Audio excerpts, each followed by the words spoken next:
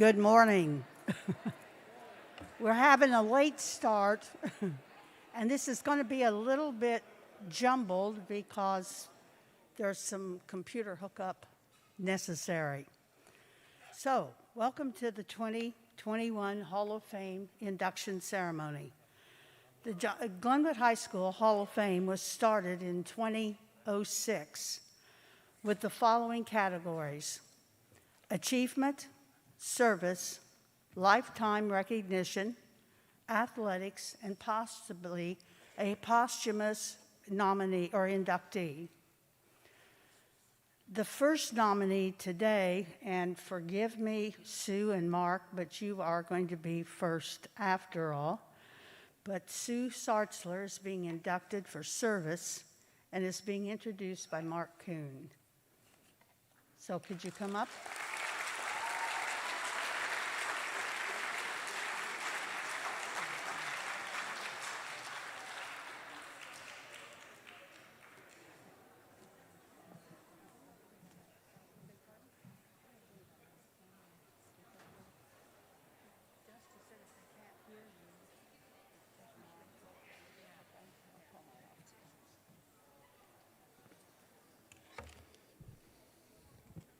Good morning. Back in 1988, it was my first year of teaching here in coaching in Chatham. And I was fortunate. I followed the footsteps of coaches like Arlen Nelson, Brad Butcher, Tom Johnson, Pat Moomi, and this little short gal named Sue Zartler. It's quite a list. It's my honor to introduce Sue into the Glenwood Hall of Fame. She's done just about everything at the school district, from coaching, athletic director, keeping the scorebook at countless volleyball and basketball games, working and announcing countless wrestling matches. I had the pleasure of coaching with Sue for over 20 years. And when you coach with someone for that long, you kind of get to know them. In fact, many of our cross-country kids thought we were married.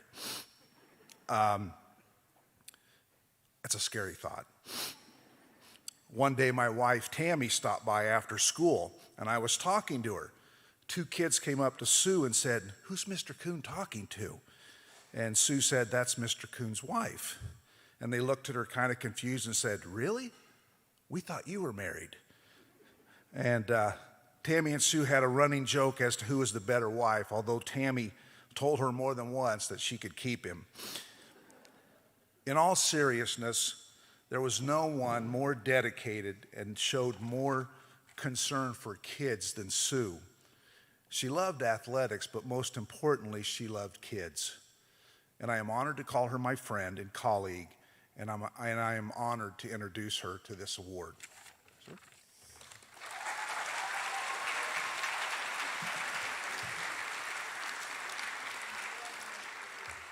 I am humbled to be inducted into the Glenwood Hall of Fame, so thank you to all who are involved in my nomination. I grew up on the south side of the city of Chicago, graduated high school way back in 1972. After high school, I went to Western Illinois University in Macomb. My goal was to be a physical therapist. Well, I have to admit I got a little bored sitting in lecture classes all the time, so decided to take the required physical education class. The rest was history. I changed my major to education. Never thought about teaching and coaching prior to that. Wouldn't change it for anything. During my junior year of college, I did my block teaching or pre-student teaching in Springfield. My friends and I liked the Springfield area. When it came back to time to student teach, we chose the Springfield area again. All of my friends were placed in District 186. I was placed in this small town called Chatham, it had 3 school buildings and no stoplight in front of the middle school. Not a lot of traffic. Little did I know at that time that this would become my life. I student taught at Glenwood Middle or Junior High then, and Chatham Elementary. After student teaching, I taught and coached for 6 years in Virginia. In 1982, I came back to Chatham and was hired to teach PE in junior high and high school, and coach track, volleyball, and cheerleading. After I earned my master's degree at ISU, I became athletic director at the junior high and taught 2 classes. I reluctantly had to give up volleyball and eventually track due to my job to my job responsibilities. And at some time in there, I picked up cross country and I kept coaching it. I stayed in that position until the new high school was built, when I went back to teaching. Eventually, and then I went back to teaching my last 5 years, and I really truly enjoyed it. I made many friends since moving here in 1982. A handful of those friends were formed in the very beginning and had an influence on my life, and I feel I should tell you about them. Tom Johnson and Brad Butcher were two of my PE co-workers in my early years at Glenwood. Although our teaching assignments eventually took us to different buildings, our paths still crossed. I grew to respect and learn from these two men. Coach Johnson is responsible for my involvement in wrestling. He was very, very patient teaching me how to keep score. Coach Johnson and his son, Coach Tommy Johnson Jr., were also involved in getting me to join the high school FCA huddle. I especially enjoyed the continued contact with the students, especially after I retired. We had some great discussions, shared funny stories, played games, collected gloves, hats, and scarves for the homeless, purchased Christmas presents for needy children, and learned from each other. Those kids never ceased to amaze me. Coach Butcher and I taught together and spent several years working together as athletic directors in the district. He was a great mentor to me, sharing ideas about track and guiding me in the athletic director position. Along came Amy Fiosh. We became instant friends. I remember having my partial thesis laid out on my kitchen counter prior to computer days, and I was reading it to her over the phone so she could use her excellent language arts skills to make corrections. To this day, I still call her to help me with anything that I have to write. Soon, Julie Alexander came along. We shared an office in the field house for many years. She never complained about the years we also shared our office with my golden retriever, Jake, who was a daily presence in the field house. Without my knowledge, the students taught Jake to jump up on the water fountain, put his paw on the button, and drink out of it. I don't think the health department would approve. And Mark Kuhn, he is one of the best. Our time together coaching cross country allowed us to become special friends. To this day, one of us will text or call each other and say, "Guess who I saw today?" Or "Who was the runner who ran at the Parkside Invite wearing only one shoe?" 27 years ago, my brother and sister-in-law were looking to move out of the Chicago area. They knew how much I liked Glenwood, so they packed up and decided to call it their home. They still live in the district. My nephews are both Glenwood grads, and they married Glenwood grads. I tell my nephews that I'm responsible for their happiness. However, if they get divorced, I told them not to blame me. I would be amiss if I didn't mention how grateful I am to have the opportunity to coach cross country. Mark Kuhn and I spent many years together coaching hundreds of great kids.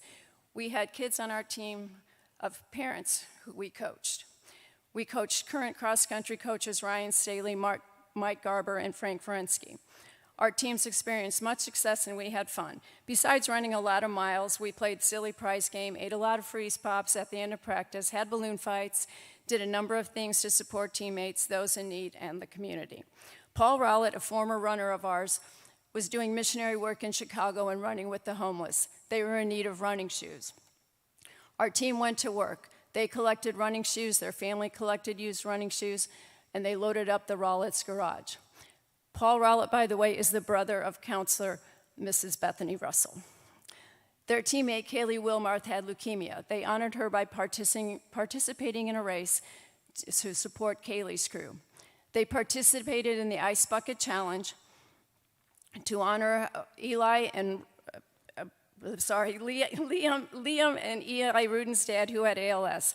Glenwood then challenged Mount Zion's cross-country team, who then challenged another team, and it went on and on. Just the other day, a memory popped up on my phone of the Ice Bucket Challenge. It was Mount Zion doing the Ice Bucket Challenge, so it reminds me how fortunate I am to have been involved with so many special kids. The district and town has seen tremendous growth in the years I've been here. I often think back about the old black and gold junior high Braves and the red and white high school Redskins, the days we had assemblies, the band playing at the junior high home basketball games, 8th grade trips to Six Flags, canoe trips, grade level skating parties, the triathlons, roller skating in PE class, the silly songs and dances we made up in health class to help remember lesson content. I remember the junior high and high school track teams practicing together on the track while dodging soccer balls because the girls' soccer team was practicing on the field. There were tennis courts between the current middle school and the track. Now it's a parking lot.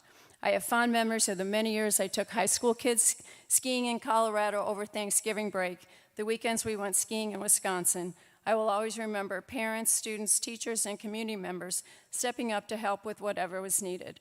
When I needed ticket sellers for athletic contests, I could always find high school kids to do it, but of course they were paid. Several of the high school clubs and organizations pitched in to help doing various jobs at the many state tournaments we hosted. The community showed unbelievable support in the silent auction fundraiser for former teacher and principal Tammy Kuhn. When we asked for help with the chicken dinner fundraiser, teacher, parents, current and former coaches, and the high school FCA students, athletes were there in full force. I will always admire the strength and resilience of the students, teachers, and administrators during the stressful time dealing with COVID. Most of all, I will remember the fun I had, the special friends and memories I've made, the tremendous students, and the wonderful people of Chatham. I enjoy seeing former students and hearing about the paths they've chosen. Although my career path didn't follow what I had planned as an 18-year-old, it's one of the best decisions I've ever made. I wouldn't trade it for anything. Thank you.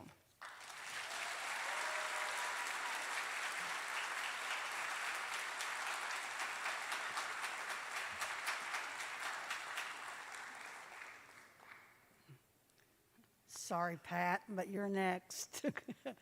Next is for Lifetime Achievement, Pat Moomi. He will be well deserved. He will be introduced by John Hyde, and that will be followed then by Pat introducing the 2010 baseball team.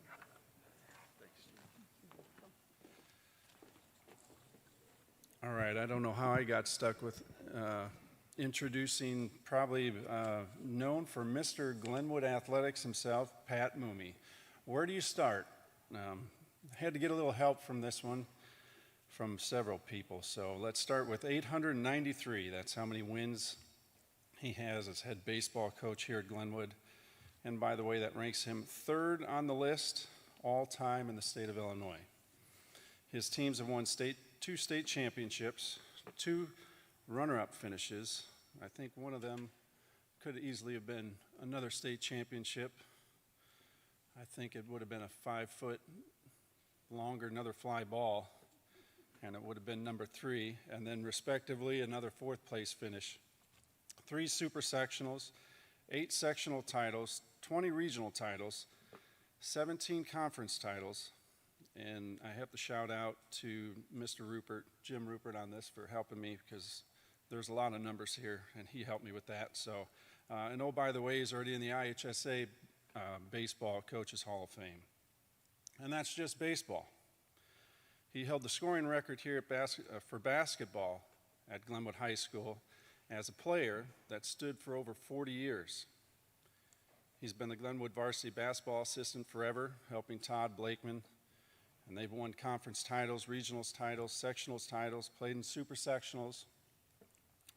And for those of you that don't know, the students here and visitors, there's about 230 plaques if you walk down the health room or the health hallway and the PE hallway.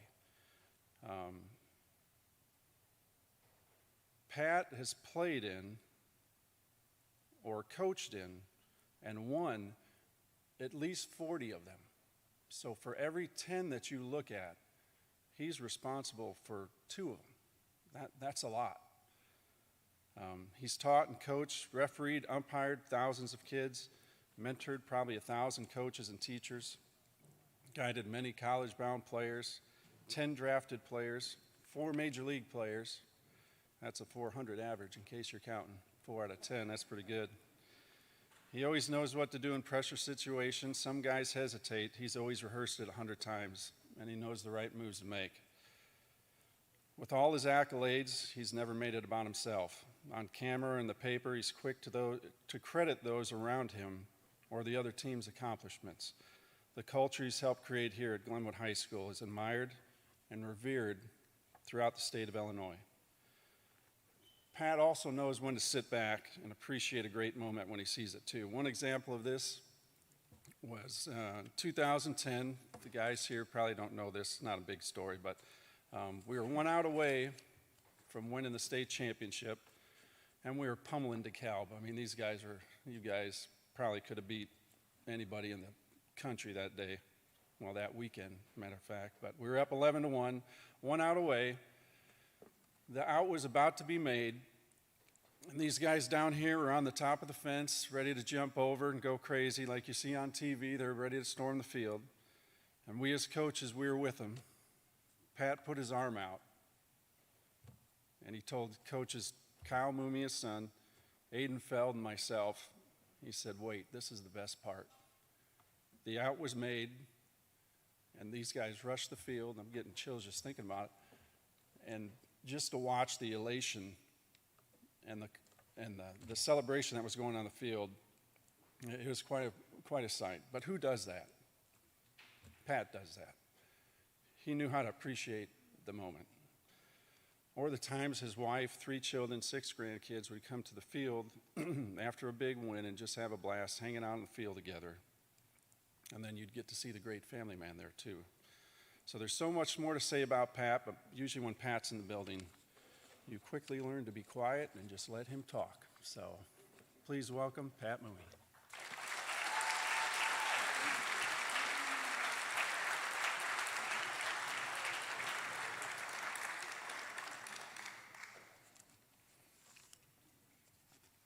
I should just stop right there. I think that was... First of all, I'd like to thank Judy and the committee for thinking of me to be in the Hall of Fame. I know the whole committee puts in a lot of time, but this has been something that Judy's wanted to do for a long time and does a great job with it. Thank the other Hall of Fame inductees, or congratulate the other Hall of Fame inductees for going in today. This is new. I've been to several of these Hall of Fame meetings, usually Hall of Fame ceremonies, I guess. Usually it's on a Sunday afternoon. I know they changed it a couple years ago. It's great to see all the students here, and I hope you get something out of this, out of the stories you hear. Over the years, we've had some remarkable stories of what people have accomplished after leaving Glenwood and while at Glenwood, and I know maybe my story is not the one for you. I started at Glenwood in 1969 as a 7th grader, graduated in 1975, 2 years at Lincoln Land, 2 years at Illinois State, right back to Glenwood for 34 years as a teacher, and just finished my 42nd year last winter of coaching. And that's probably, as you're sitting there, you're thinking, that's not really what I got in mind for my life. But if you look at the other Hall of Fame members, maybe there's somebody that does want to do that. But if you look at some of the other Hall of Fame members, I think the thing that you notice is there's something for everybody at Glenwood.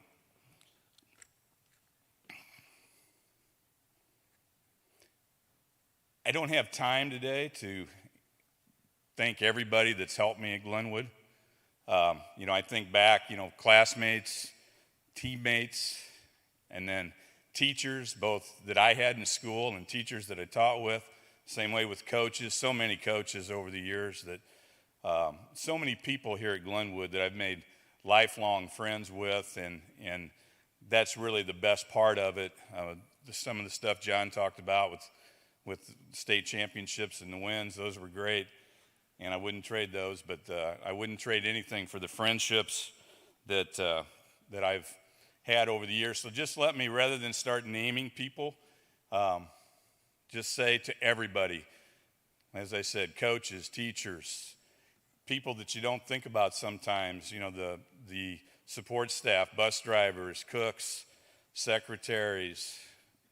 My dad was in education his whole life, and he always told me, if you want to know what's going on at a school, talk to the secretaries and the custodians. They'll fill you in on everything you need to know. So I want to just give one big thank you to everybody here at Glenwood that has, quite honestly, made me look good enough to be selected for the Hall of Fame. The other thing I've been really fortunate with at Glenwood is to get to know so many great families. We try to instill the right things in kids as teachers and coaches, but I've found over the years that they don't have that base, if they don't have that family, the family values that are established, there's not a whole lot we can do. And we try, but usually when you see good kids, they come from good parents. And that's something I'd like to emphasize, that especially I'm looking down here at some of the moms and dads of the 2010 team, and brings back some great memories about how much they helped out. But I'd really like to do, because all that time that John was talking about, that I spent coaching, I had a family myself, and so many times when I had a game or a practice, it might interfere with a birthday, even holidays, school events, gymnastics meets, baseball game, you name it. When the kids were in activities, there's a lot of times that when the family had to get together, I was always the first one they call to see if my schedule was okay and they could do it. And so I want to spend a little bit of time just thanking my family. My dad, Jack, who passed away 21 years ago. Ironically, today would have been birthday, Mom, I think I'm right, 85. So he, as I said, he was in education. He was a teacher, a coach, and ended up being an administrator and being the executive director of the IPA. So I had a background in education from him. My mom, who, if somebody, maybe John can talk to Rupert again if he has a stat on this. My mom's got to have the record for seeing the most games that I was involved in. I think it started when I was about 9 years old at Tri-City in a Little League game, Buffalo, Illinois, and wrapped up, like I said, last winter. So she's seen the most games, and thanks, Mom, for everything you did for me. My sister, Cheryl, is not here today, but again, she took a different path than I did. She went into business. She works for Wells Fargo, and she's had a very successful career. Her children, Mike and Maggie Bondi, graduated here from Glenwood, and Cheryl's grandson, Jack. And then my brother, Mike, who also took a different path, graduated from Glenwood, was a three-sport guy here. And as I recall, once Mike, I think you majored in environmental science, and when you're in between jobs, you had a little stint here at the high school, substitute teaching. And after 2 or 3 times at that, he was convinced that maybe he made the right choice in not going into education. Mike's wife, Tammy, also is here. As you can see, I put on a few pounds here in my retirement days, and there's a lot of people in my family that are responsible for that. I blame Tammy the most for we get together at my brother's house for fantasy football and Sunday football, and she always has a great spread there, and we enjoy it a lot, obviously being more than some others. I've never had anybody ask me what my favorite moment, my most important moment was at Glenwood. We've had a lot of them that John talked about there that are very important, but the best moment for me at Glenwood came when I was a freshman in 1972, and I met a girl named Penny Flesh, who 6 years later became my wife. And I don't know if it was love at first sight. Maybe by me it was. I had to work at it a little bit over the course of my time at Glenwood and after to convince her. But she is the one, and I talk about being gone so much as a coach, she's the one that kept the kids on the right track. We really got to know, or I got to know, when somebody's gone. A couple times she took trips and left me alone with the kids, And I don't think we got any calls from the police, but let's just say it didn't go well when I was in charge. So thank you, Penny, for letting me coach. I had told Penny when we got married that I was going to do what my dad did. I was going to teach for a while, coach for a while, and then get into administration and make some money. And then I had to tell her a few years later, I don't think that's for me. I love coaching. That's what I do. And I just can't do that. And so she started working too. She's been at State Farm for over 30 years, working with Steve Bedford, who maybe some of you have your insurance with him. He used to teach here at Glenwood too. So always got the Glenwood connection going on. My children, our children, Stephanie Baird and her husband Jamie, Kyle Moomi, who will be up here in a second with the 2000 team, his wife Lindsay, and my other son is Keith, my youngest son, and his wife Dana, who also graduated from Glenwood.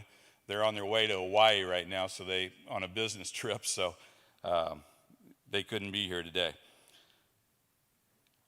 I have a unique situation. I'm going to have a connection with Glenwood for a long time. We have 6 grandchildren, and I'm going to try to go in order here. She's probably going to get mad at me for doing this. Grace Baird, sophomore here at Glenwood High School. Kellen Moomi, 8th grader at Glenwood Middle School. Camden Moomi, 6th grader at Glenwood Intermediate. Wesley Baird, 4th grader at Glenwood Elementary. And Miles Moomi, who is a 1st grader at Chatham Elementary. So Ball is the only school in the district that is escaping the Moomi grandchildren at this point. And last but not least, the youngest, Bennett Moomi, who will turn 3 in December. And I know there's a few of you in this room that met Keith, my youngest son, and he could be a handful at times. And they say what goes around comes around. The terrible twos with Bennett has hit in full force, and he's feeling the entire brunt of that. So once again, I just want to say one big thank you, especially, as I said, to my family for letting me do this. It's so much time. And I don't say that I loved it. I loved every moment of teaching, not every moment, but I loved most moments of teaching and coaching, the good times, the bad times, but it was great. I'm sure some of you guys, I know a couple of guys that I just got done coaching last year here, and it's great to go to school and you look forward to getting to go play ball after school, and I got to do that until I was 63 years old, so you can't really beat that. Thank you again to everybody who's helped me.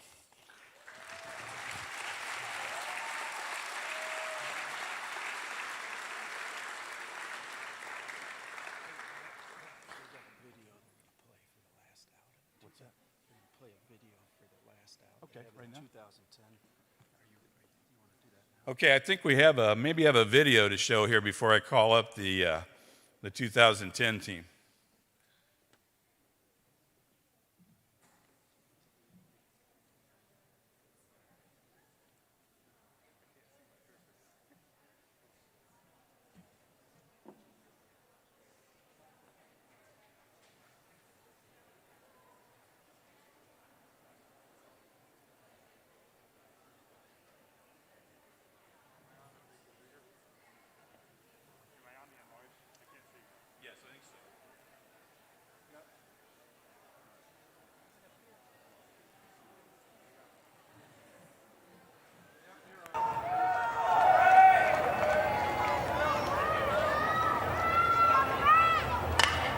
This to right field. Sicardi, and that will do it. Your 3A state champions in 2010, the Titans from Glenwood.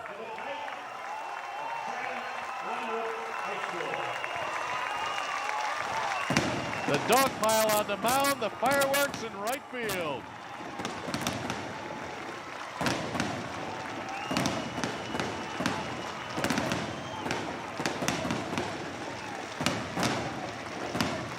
second state championship for the Chatham-Glenwood Titans. They went to the state finals in back-to-back years in 95 and 96. They won it the second year they were there, and they duplicated history here in 2010. A second-place finish. So the 2010 guys that are here, come on up and stand behind me, please.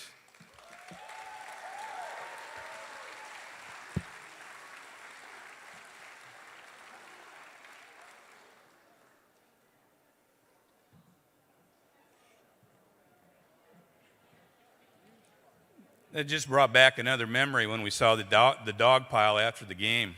When we went to state in 1996 and won, we had a dog pile, and our first baseman got a broken nose out of it and almost wasn't able to play in the state tournament. So I think we might even practice that down the road.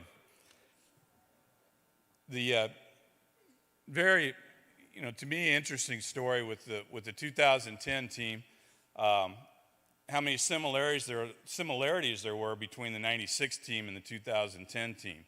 In 1995, we got second in state and turned around and won it in 96. And the same way here in 2009, we got second, turned around and won it in 2010. There were some other similarities. The sectional in 95 and 96, we had to beat the same team in close games both years, Champaign Centennial. And in the 2009-2010, we had to play triad both years, and we had to really in both games. And the year we won state, we trailed 4-1 in the super sectional game, the game that we had to win to go to state, and we were able to come back and win, obviously, both games. But just I'm kind of superstitious anyway. But you start seeing, even when we were down 4-1. I told the guys, this is where we were in 96, and they looked at me like I was an idiot, but it made me feel better, and they started the comeback. Couple games, I'll try to go quick here. A couple games that stood out that year. Anytime you play SHG and you beat them, those games stand out, and we were able to do that twice that year. As I recall, Bryce was not here, I don't think, is he, to correct me. But in the first SHG game, they didn't have their field at that time out at the school. They played at Lanphier Park. And we got out, just smoked them. We were up 11-0 right off the bat. And Bryce started coasting a little bit. I think it might have been the only kind of bad game he had all year. But make a long story short, they got up 14-11. And Chris Sicardi, who you just saw catch the last out, hit a fly ball with the bases loaded, and I said, it's off the wall. It's going to get us a couple runs. And I go, it's gone. I think his only grand slam, probably his only home run he hit in high school. But it put us ahead, and we won 20-16. And then the next night, same thing, we were behind. Jake Ingold hit a home run. I don't know, 2 or 3-run homer? Come on. There's at least one guy on base. Tied the game up. And then he won it in extra innings with the walk-off home run. And the thing I remember about those two games, besides those details I just gave you, is what a team effort. Bryce and Phil Maton, who you just saw pitching there, who pitches for the Houston Astros now, those two guys really carried us all year. And we had a couple senior pitchers, Max Zanders and Matt Green, who were I think I told them at the beginning of the year they were setup guys. And because Jake Ingold was our closer, and I remember them looking at me kind of funny, it's like, well, I'm never going to get in because Bryce and Phil always go 6 or 7 innings. But we needed them in the Griffin games. I think Max might have pitched both nights, and Matt pitched in the second game against Griffin, and it was huge wins for us, as it always is. I'll skip ahead to the games at state, or in the finals. We beat Southeast 8-0. Mount Zion 10-0 in the regional, and then we went into a slump. We were getting runners on base, but we couldn't get them in. We went over to Mount Zion to play, and we won a U-High, I think was our first game. We beat them 2-1. We beat Danville in the championship game 3-1. I think we might have left 14 runners on base in the championship game. We just couldn't get a big hit, especially a big 2-out hit. And then we went to Sauget to play the super sectional, and that was the game I talked about where we were down 4-1. We slowly came back, and I think it was in the 8th inning where we won the game. We had a walk-off, and I looked it up in the Post-Dispatch, and it said the shortstop dropped a pop-up in short center. I don't remember it quite that way. I remember he misjudged it, and the ball dropped, but maybe the most incredible play we've ever had in Glenwood baseball history, at least while I've been coaching, which is a pretty long time. Michael Fiosh was on first base with 2 outs. And he'd already hit a home run in the game, so he was feeling pretty good. Jake Folks hit a pop-up. As I recall, do I have it wrong? Did he drop it? He dropped it. I went off his glove all these years. I thought it fell. I thought it was a hit for Folks. But anyway, it was short center, and Michael was running as soon as the ball was hit. I knew he was going to get to third base, and I looked up, and he was flying around second, flying to third base. I weighed him around third, and for a brief moment, I thought, if the shortstop makes a good throw, our AD at the time, Dan Rourke, is going to convene a board meeting, and I'll be fired the next day because he would have been out by 15 feet. But the throw came up the line a little bit, and the catcher caught it behind home plate and in foul territory. Usually when you're coming in to score, you go for the back corner of the plate. Well, Michael somehow made the adjustment, went in front of the plate, dove and hit the plate, and we were off to state. And when we got to state, as John was talking about a little bit, again, we had a rematch with Joliet Catholic, who had beat us the year before. Joliet was the host of the state tournament, so we had a partisan crowd against us. We took a lot of abuse in the 2 years when we played Joliet. But first year, they beat us 3-2. That's when we got second. When we went back the next year, we shut the crowd up pretty quick. I remember talking with Kyle, my son, and Adam Feld, who are freshmen and JV coaches. I don't know if you guys remember, but we took batting practice over at a field not far from the stadium, and it didn't have an outfield fence. And Adam was throwing batting practice, and the guys were just crushing the ball. I mean, I don't think they knew it because they didn't have the fence to go by, but they were hitting bombs. And we came out, we had 18 hits, and we only got to bat 4 times because the game was over in 4.5 innings. 18 hits, 17 runs, I think 3 home runs, and just, like I said, the crowd was kind of sparse by the time Joliet batted in the top of the 5th. Bryce had a complete game, and the next day, Phil, who hadn't had his best game in the super sectional, came back and pitched a complete game. We didn't score quite as many runs, but I think in 6 innings, we scored 11 runs and had 12 hits. So the slump that we'd kind of gone through, we broke out of it after the super sectional, and it was a great moment for Glenwood and a great moment for these guys. I figure right now we're going to go ahead and introduce everybody. I'm going to have John do that for you. I figured you've heard me talk way too long at this point, so we'll give you another voice to listen to for the introduction of the players.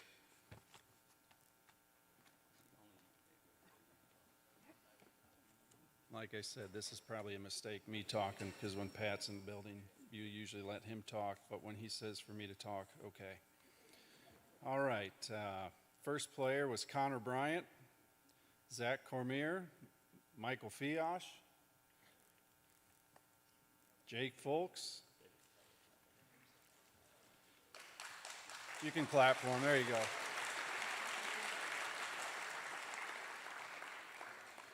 Josh Chigani, the principal's Mr. Green's brother, Matt Green.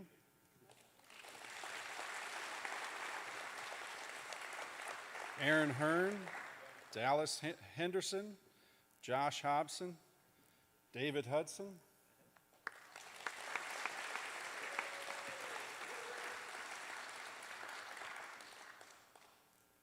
Jake Ingold.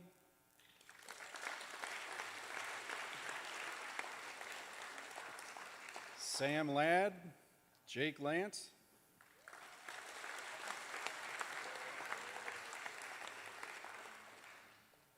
Phil Mayton, Jake Mick, Nathan Prindle, Jake Reese,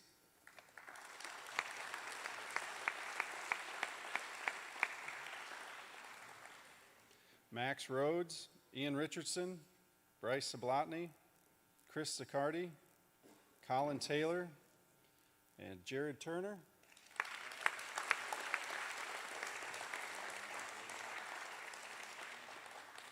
Patrick Warner, and Max Zanders. And we have, obviously, Coach Pat Moomi and his son, Kyle Moomi. Adam Feld, and how could we forget our longtime scorekeeper, Marilyn O'Brien.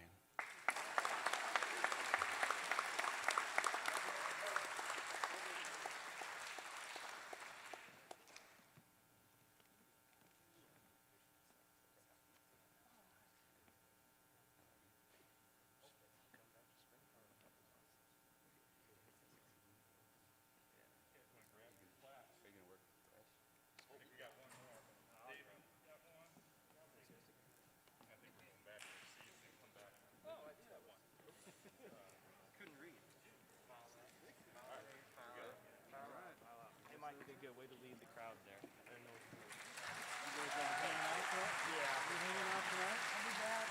Okay. Well,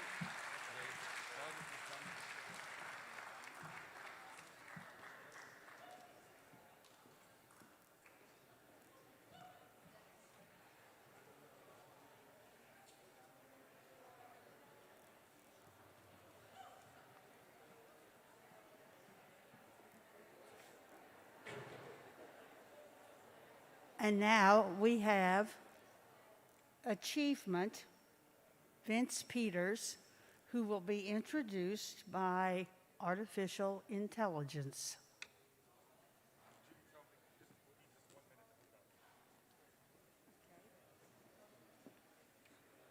They need 1 minute to hook up, so start counting.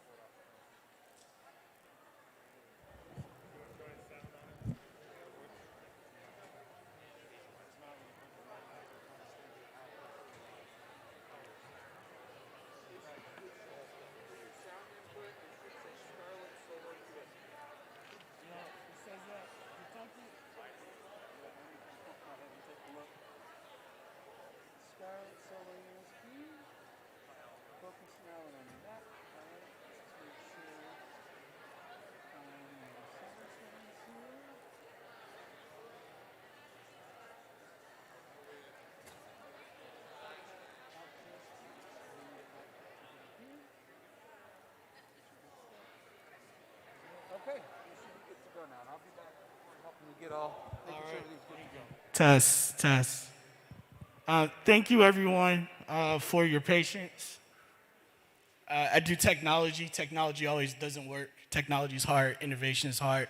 I'm Vince Peters.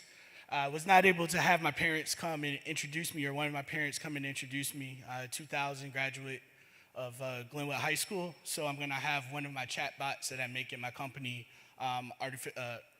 Inheritance Artificial Intelligence, introduce me, and then go into a brief presentation, and then go from there. Thank you.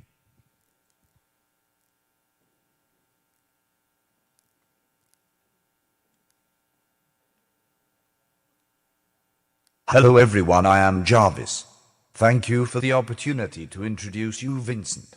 Please let me start off by congratulating all of the other fine members of the 2021 Glenwood Hall of Fame class.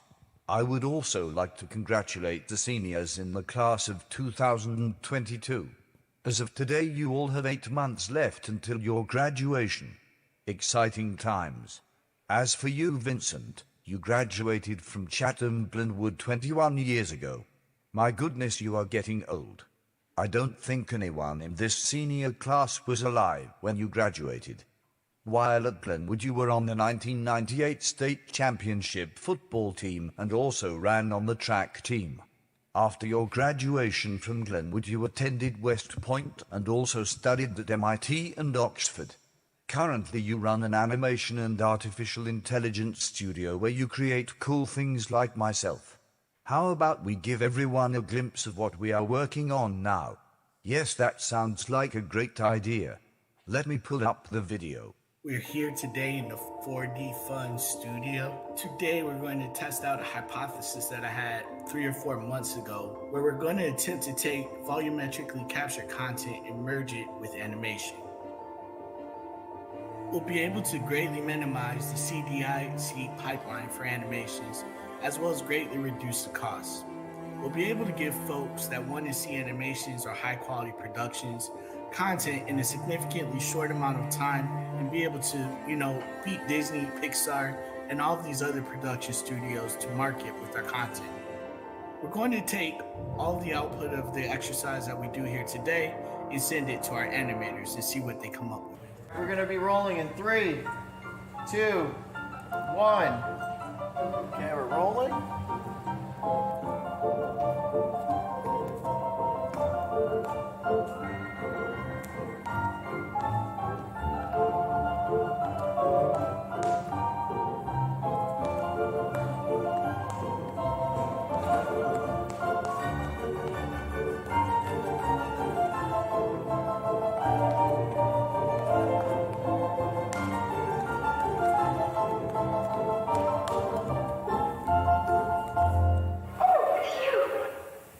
That is it. Thank you everyone for your time, and we'll be changing the animation industry with this wrap.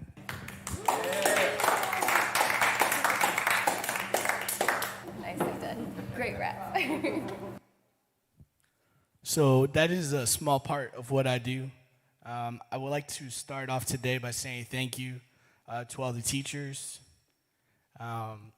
coaches, my parents, my kids who are now 3 and 5, and all of you who are here today listening to what I'm talking about.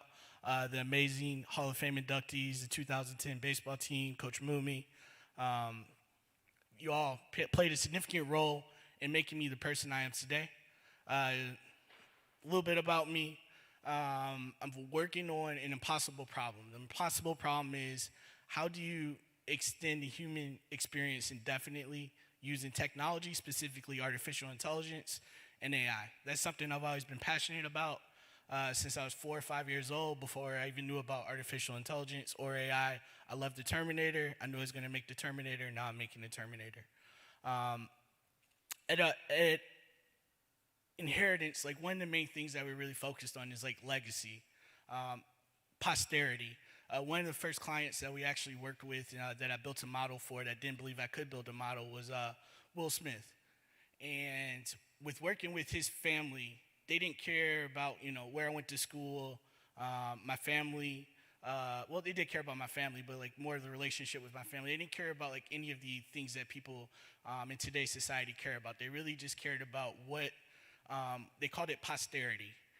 What was my impact, and what was the thing that I wanted to do to impact the future generations, to impact the Glenwood class of 2022, to impact classes all over the world, people all over the world, give people the opportunity to be able to preserve their loved ones, preserve their memories, preserve their lives in a very high fidelity way.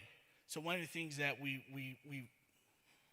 started with was being able to capture people beautifully.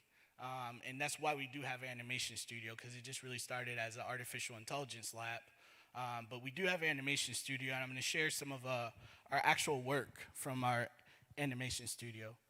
Anyone in this audience familiar with the show Westworld? Okay. I think the most simple way to put it is that we are building the real-life Westworld. As you can see, the first example here is our person who's becoming, essentially we're making that person's experience machine readable. So each one of you would have a machine readable version of you that said, hey, this person graduated from Glenwood in 2022. They went on from 2023 and beyond and did great things. The second part of this impossible problem that we're solving is being able to take that machine readable experience and make a chatbot of sorts to allow your kids, to allow your loved ones and people who know you to be able to chat with you and have an experience with your life. And then ultimately, we're making what's called a fully autonomous cognitive architecture. It's a lot of words there. But you got someone who walked, not these halls, but the halls up the street at Chatham Glenwood, who's actually building the cognitive architecture of Albert Einstein that will allow Albert Einstein to think about the problems of today. So, I mean, there is a lot of implications, both ethical as well as beneficial implications of having like someone historically intelligent think about the things that we're having problems with here today. I'll go to the next slide. This is just a screenshot from Westworld. For those of you've seen it, we've actually built this world. All of our models, before we give them to their families or we put them in a while, they actually train in that same facility. This is actually a model that we made for Will Smith of his father 15 years prior to his actual death. This is Will Smith's daughter, Willow. This is Will. And by the way, these are all animations. We're going to a world, and this is why I'm excited for the class of 2022. Yeah, it's about us going into the Hall of Fame, but more importantly, it's about the youth here. You guys have the longer outlook, and you have the more opportunities. You're going to be able to take advantage of opportunities if you know those opportunities exist. What you're seeing here are not pictures. We're in a world that's called 3.0, which is like the internet 3.0, and we're creating content, we're creating legacies that look like this. This was a blank slate, and someone not much older than you seniors and juniors here worked with our team to animate and create these models. So we're creating models like this, very high fidelity, able to create people that existed in the past, able to take characters from Game of Thrones, Westworld, historically significant people, and then someone that most people are intimately aware of now in pop culture. I wouldn't be able to do any of this if I wouldn't have had the experience here that I had at Glenwood, if I wouldn't have had the teachers, the coaches, all those individuals who poured the energy, effort, and care into me to be able to come in the world and be able to, work or interact at a very high level. And everyone in this room who's graduating has the ability to do exactly that. And it's just a matter of finding what you're passionate about, those things you care about, and also just being kind to people. I did want to just add this to like my Hall of Fame. I think the speech or whatever this is supposed to be called. For you seniors out there, there's some folks. We just had our 21st high school reunion because we didn't have the 20th because of COVID. There's some folks that you see in the hallways every day that but you don't really know. Just be kind and make sure that you introduce yourself to that person. You don't know what people are going through, but you have the opportunity to be kind, authentic, and to be brave in your interactions with everyone that you see. You go to class with them, you go to sporting events with them. You live in the same community, and this is a great community. It was a great community back in the 90s, the 80s. I'm sure as Coach Moomi for 40 years, it was a great community back then. So take advantage of what you guys are doing here. I'm thankful for the community that I was able to experience here. I only went to Glenwood from my sophomore to senior year. It was like a family. I really enjoyed it. I wouldn't change that experience for the world. Before I go, does anybody want to see any of like these bots talk? I have a Marilyn Monroe that we created. Okay.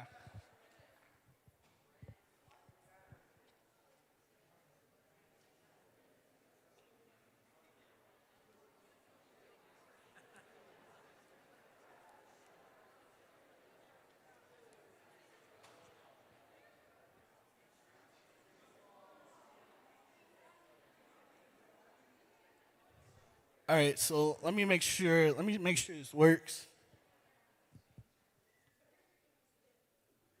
Should we be afraid? Wait, hold on. I gotta talk into the mic. I'm sorry. Should we be afraid of you?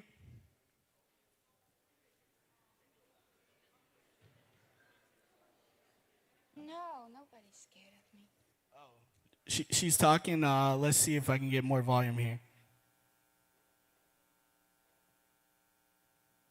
No, nobody's scared of me.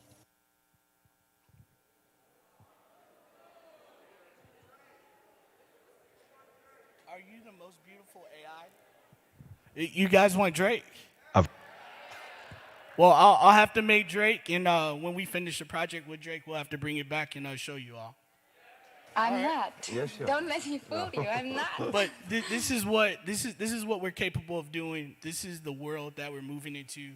These are the opportunities that exist for each and every one of you, and that's all I have. Thank you.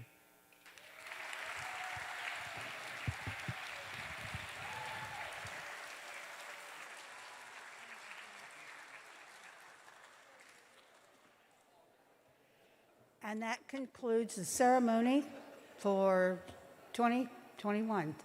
Would all of the people, the inductees, please come up on stage for a picture? The rest of you, I guess you know where you're supposed to go. Thank you.